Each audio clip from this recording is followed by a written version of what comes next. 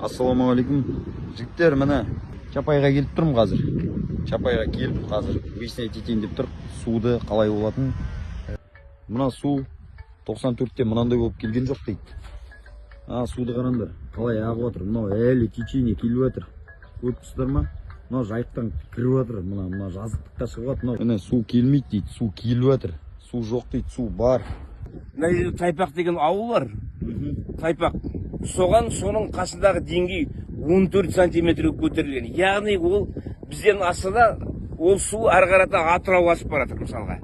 Атырауға кетіп баратқан су. Оған деген сақ болу керек. Ол ешқайда да кетпейді. Ол барады сендерге. Мына жігіттер алыстан келіп тұр екен, айтайын деп тұрған. Махамбет дедің ба? Иә, Махамбеттен. Махамбет деген ол әуелде 94-те жай су келгенде суға батқан жоқ. Суға батты, иә. Біздер өзіңіз суға батқан жоқ. Махамбет суға батты деп естідік. Ал мынау қазір кетіп баратқан су өте үлкен су. Соған деген сақ болу керек.